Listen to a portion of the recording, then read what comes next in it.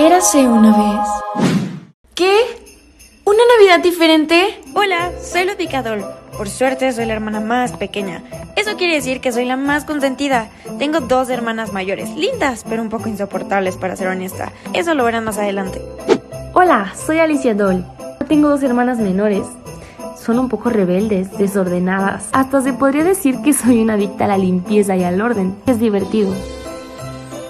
Hola, yo soy Gloria Doll, tengo 2 hermanas. Por cierto, yo soy la del medio y dicen que soy algo especial.